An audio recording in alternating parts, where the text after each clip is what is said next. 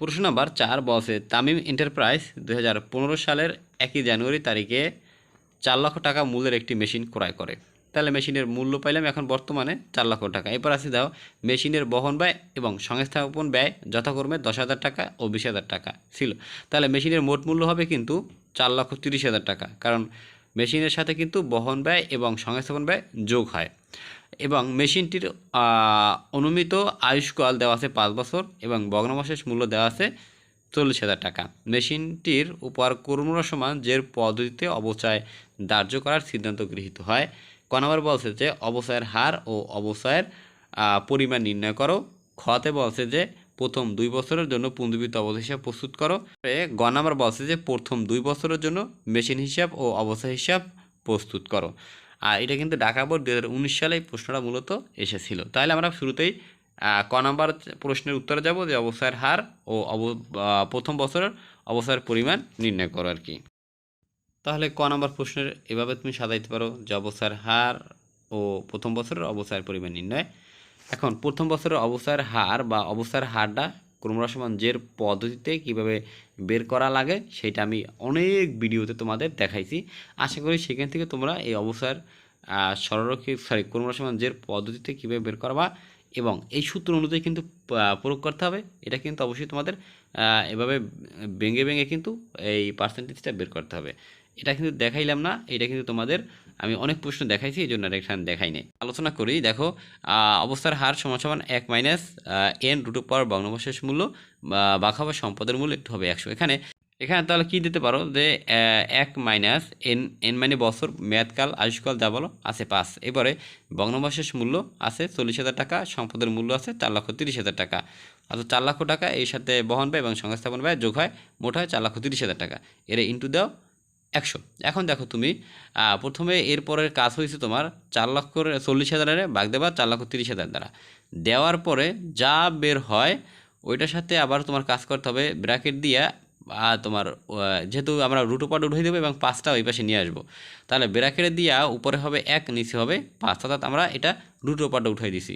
এরপরে কাজ করতে হবে কি যে আমাদের এই বাক্যলে যেটা বের হয় এবং 1 দ্বারা তুমি 5-এর ভাগ করবা, যাই হয় এই দুইটারে পাওয়ার দিতে হবে ভাগফল যেটা বের হয় ওইটা দ্বারা।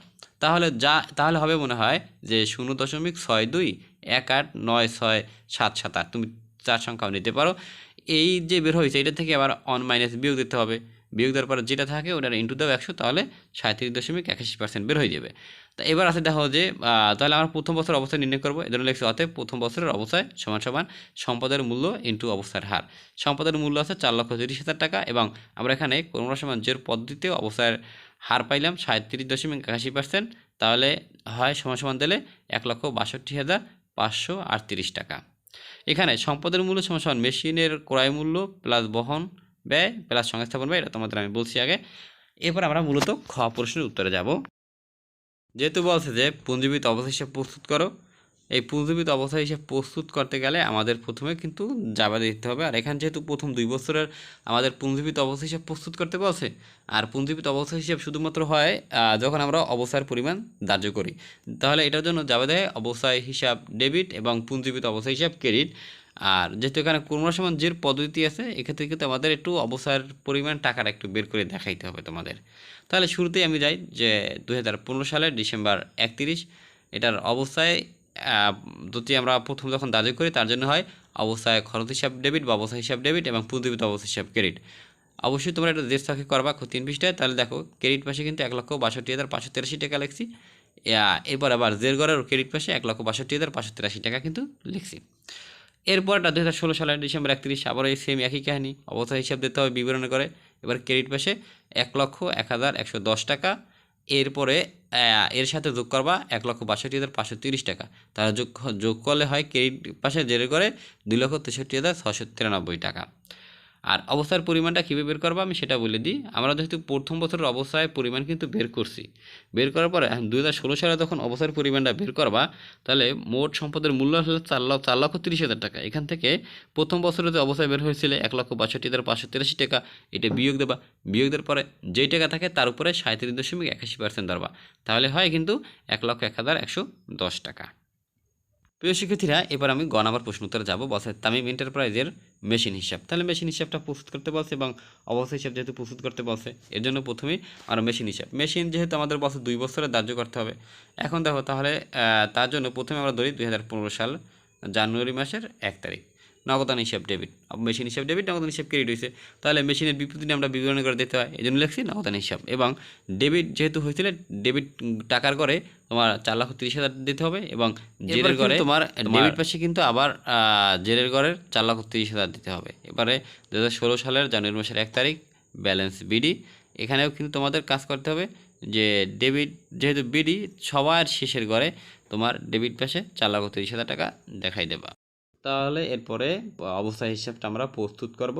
তার জন্য প্রথমে তারিখ 11/2015 সাল ডিসেম্বর 31 তারিখ। এখন অবস্থা হিসাব ডেবিট এবং পুঞ্জীবিত অবস্থা হিসাব ক্রেডিট। তাহলে অবস্থা হিসাব যেহেতু ডেবিট হয়, টাকাও কিন্তু ডেবিট কলামে যাবে এবং জেরের পাশে ডেবিট কলামের পাশে যাবে এবং নামটা কিন্তু বিবরণের ঘরে বিপরীত নামটা দিতে হয়। যেমন এখানে লিখছি না যে পুঞ্জীবিত অবস্থা হিসাব ক্রেডিট, সামনে লিখছি মেশিন, আর তোমার ব্র্যাকেটে কিন্তু যাবে, কিন্তু মেশিনটা লেখা মুখ্য বিষয় না, না লেখলে হয়। তাহলে আমরা ডেবিট করে টাকা লিখছি কিন্তু 1,62,583 টাকা এবং জেরের পাশে কিন্তু ডেবিট পাশে লিখছি আমরা যে ডেবিট কলামে 1,62,583 টাকা। এরপরেরটা এই হিসাব বন্ধ করার জন্য আবার জাবেদা দিতে হয় আয় সারাংশ হিসাব ডেবিট এবং অবস্থা হিসাব ক্রেডিট। তাহলে এখন দেখো এখানে কিন্তু বিপরীত নামটা আসছে, আয় বিবরণের করে আয় সারাংশ হিসাব ডেবিট, আয় সারাংশ হিসাব, এবং টাকা কিন্তু ক্রেডিট পাশে ঠিকই গেছে যেহেতু অবস্থা হিসাব ক্রেডিট হয়, এই জন্য 1,62,583 টাকা। তাহলে তোমার ডেবিট ক্রেডিট মিলে বিয়োগ দেয়, এই জন্য কিন্তু জেরের ঘরে কোনো টাকা হয় নাই। 2016 সালের সেম এই একই অবস্থায় তোমরা করবা, যেহেতু এখানে অবস্থার পরিমাণটা কিন্তু আমরা খ প্রশ্নে কিন্তু ক প্রশ্নে দেখাইছি যে এই অবস্থাটা কীভাবে মূলত ধার্য করতে হয়, এবং এখানেও কিন্তু ওই সেম একই নাম হবে, টাকাটা খালি একটু ভিন্ন হবে।